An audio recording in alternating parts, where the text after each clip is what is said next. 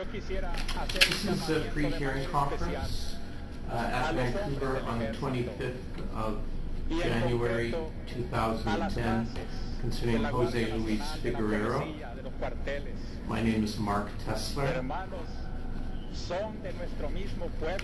We do have an interpreter present, but he's going to be on standby, and that's Mr. Kian.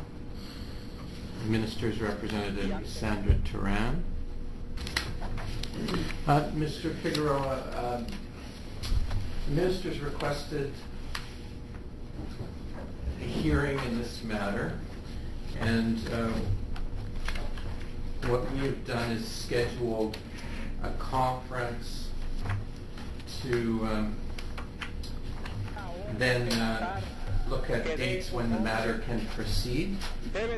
Now, you've received from the Minister a large package of documents. Have you decided whether you're going to get counsel for this hearing?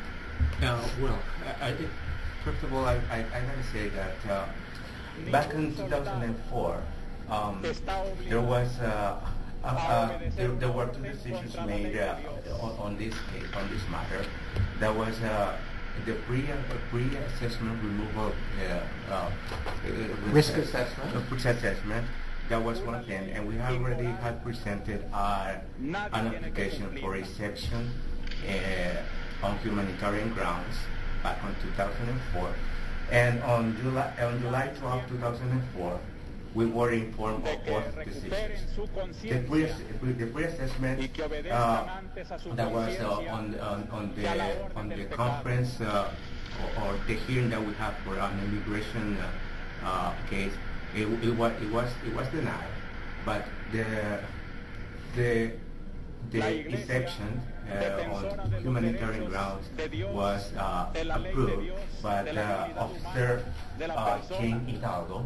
And at that time, we were still being represented by a lawyer, who was Peter Lowry. The person on that matter was, his name was Crossenberg. I have to go through the papers. But anyways, at that time, when this was handed in to us, to my wife and I, the humanitarian grounds, the lawyer congratulated us in the matter that it was going forward.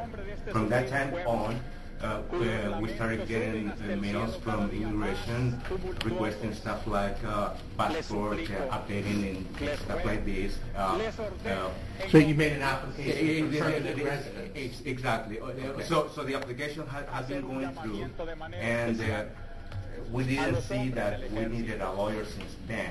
Yeah, we haven't had any lawyer representing us in this matter, and so until the process has kind of been stuck in different stages.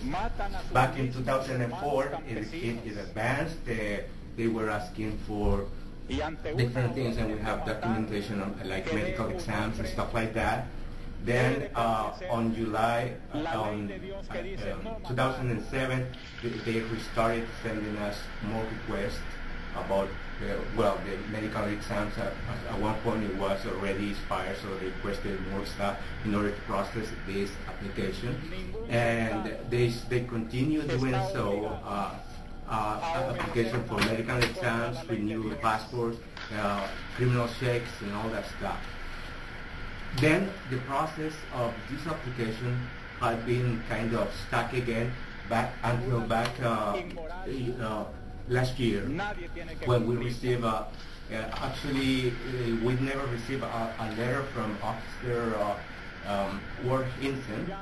He called home, and I was working in Pastor Carl's farm, helping him.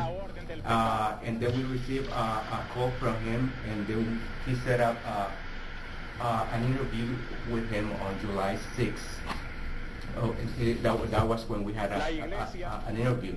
So, to my surprise, there were so many questions relating my involvement with FMLN, and after that we received this review that he had made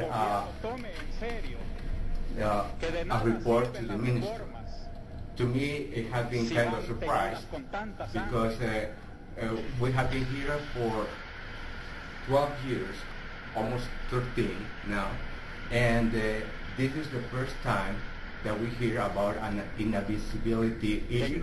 Stuff that, on my opinion, they should have been dealt with if they had an issue. I have to point out, sir, that ever since I came into Canada at the border, I never lied about me having had a relationship with FMLN. Okay, so I anyways, understand you're not happy about this hearing. But no, it's not that, no, sir. It's not that I am not happy. My concern is that there have been many years, and there's an issue that had come up that never came up before, and that's one of the main things that I'm saying. And this is, I'm telling you that since 2004, we didn't think about having a representative of a lawyer. It was costing us a lot of money at that time. We paid about almost $5,000 in order to apply for the humanitarian grounds on lawyers' fee and stuff, so we didn't have any representation. I talked to the pastor where the church that we go, and we asked him to represent us in this matter, because for me, it wouldn't be easy to represent myself if I don't have a background, and to put it this way, my ideas about how the things have been going.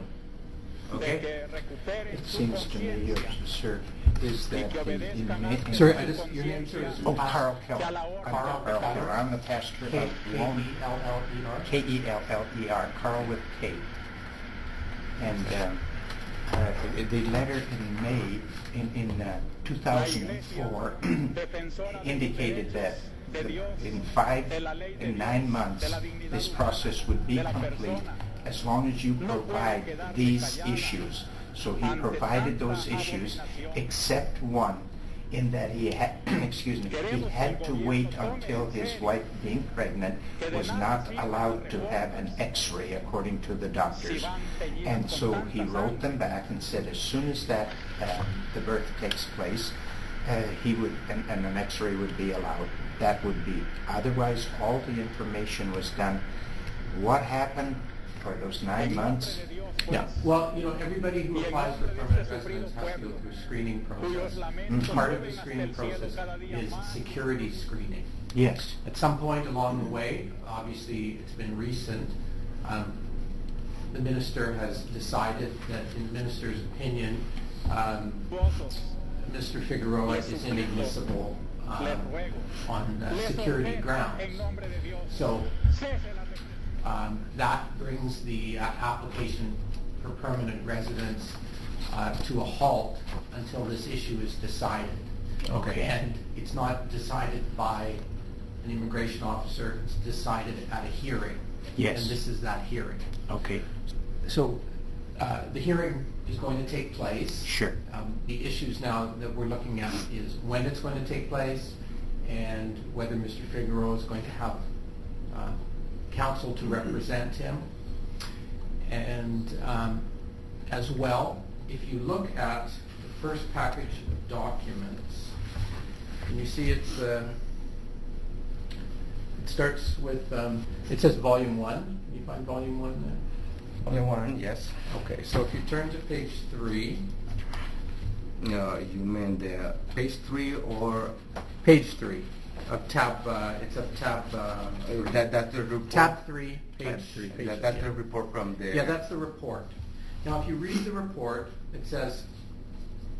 So this is the allegation. Mm-hmm. So the minister is alleging that you're a foreign national who's inadmissible on security grounds for being a member of an organization, that there are reasonable grounds to believe engages, has engaged, or will engage in acts referred to in paragraph 34.1c, namely engaging in terrorism.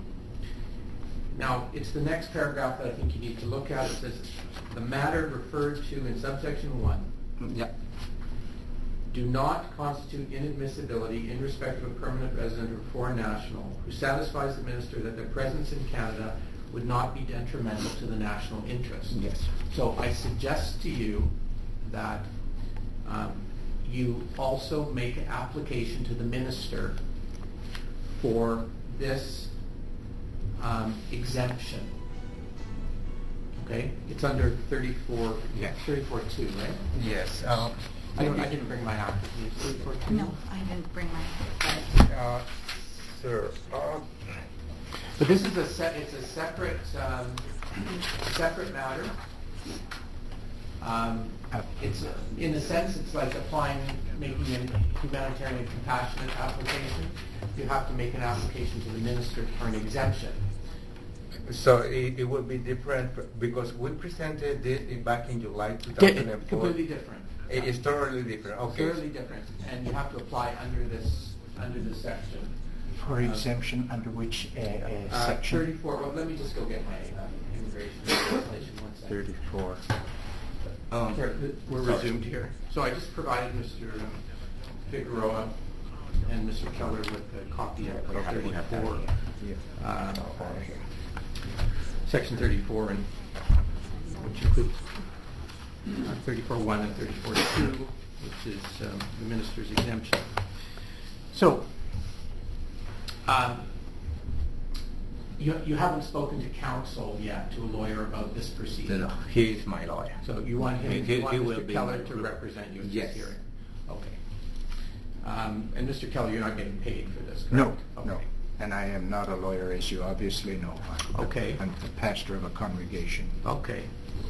So it never hurts in these proceedings either to speak to somebody, to speak to a lawyer in advance, just so you can get an idea of how the proceeding will go ahead, and maybe to get a bit of advice. And you can often get that for free, you know. But in any case, Does that mean we would go to legal aid? you can call legal aid and see whether they'll assist. You could also call Mr. Larley and see if he could even just speak to you Continue on this matter, Yeah, if you could just speak to him for a short while about it. Just some ideas about how to get some legal advice. So in any case, the way this works, it's like a little trial. Mm-hmm. So the minister has the burden of establishing that the allegation is true. The standard of proof is not very high. It's a standard called reasonable grounds to believe. So the minister has to establish the facts to that standard. So the minister is going to be presenting, obviously, this evidence, and it's been provided in advance to Mr. Figueroa, and also to this tribunal. The hearing can follow in several different ways, but in general, if the minister isn't going to call any fresh evidence, not going to call Mr. Figueroa, the minister would just make submissions on the documents. Do you have any intentions with respect to your evidence? You're going to be calling witnesses? I don't believe I'm going to be calling Mr. Figueroa at this time. So you think you'll just be relying on your documents? That's correct. Well, So with regards with this, because we received all of these documents, and at no point, like there are kids involved in this, and there is the interest are in being or would be affected by a decision of the minister, and we don't see on this document referring to some conditions. Like my son, he was diagnosed with autism back in 2002. Since then, my wife have been working with him. Like I've been the only one providing for the family, and my wife has been taking care of him and at school. And we don't see much information about that. okay, so Mr. Figueroa, Yes. this is absolutely not a hearing regarding humanitarian and compassionate grounds to allow you to remain. It's simply, the hearing simply concerns establishing the report. The facts in the report. Okay. So the hearing's going to cover whether you're a foreign national, and whether you were a member of an organization that there are reasonable grounds to believe has engaged or will engage in terrorism. Okay, so all of those membership, terrorism, organization, all of those are legal terms for which there's case law. The minister has to establish that all of those facts in your case fit into legal definitions of those of the language in the allegation. Yes. And then the member makes a decision. So your life in Canada, your family life, your work life, all of that's irrelevant for this proceeding. Okay. Now you can use as part of your application to the minister. So that he can go for the exemption. Yeah, for the exemption, yes. Okay. And I think it's very important. I think that for that exemption application, you may really want to get a lawyer to assist you to prepare that application. If you're not going to use a lawyer for this proceeding, but at least for the exemption application, because it's going to be they're going to write a letter to the minister. Yes. Okay, so it's going to contain information. So you want to get the right information before the minister. Yeah, because referring to the report, like analyzing this, Mr. Ward Hinson, he made so many statements, as for instance, that myself, I am a foreign national who has not been authorized to enter into Canada. And back on May 2004, actually we arrived to the border with Canada, and we were provided 2004. 1997. Yeah, sorry. Back in 1997, when we arrived into Canada, we got to the border. We made the application for the refugee claim that we made there. Then we were returned back to the States, where we stayed for some days until May 6th. On May 6th, they issue a document that authorized us to enter into Canada for further examination. And in this case, I'm trying to see, like, he is stating that I was not authorized to enter Canada. There are documents that indicate that yes, we were authorized to enter Canada. Well, I'm sure for that issue, the minister will have a response. Okay. Okay. So I don't want to get into issues of substance here today. All I would like to do is come up with a date when you believe you'll be ready to proceed. Okay. So, generally what we do at these pre-hearing conferences is we find out whether a person wants counsel, whether they've made any arrangements for counsel. So in this case, Mr. Figueroa, you've decided to proceed with Pastor Keller to assist you. So I believe at this point we can just come up with a date. It'll have to be sometime in March after the Olympics, because we're not doing any of these kinds of hearings during the month of February. Okay. So yes, we are very interested into getting into this as fast as we can. Yeah. Because we have been here for you've been here since a long time. Okay. Yes. Okay, you said you said that to get this information for the exemption, that takes a long time. No, the actual decision of the minister tends to take a long time. Okay. Yeah, so What is the time frame for? I can't really tell you. I just know that you should get the application started as soon as you can. So Should we wait for an answer from the minister before we have the hearing? Well, I can tell you that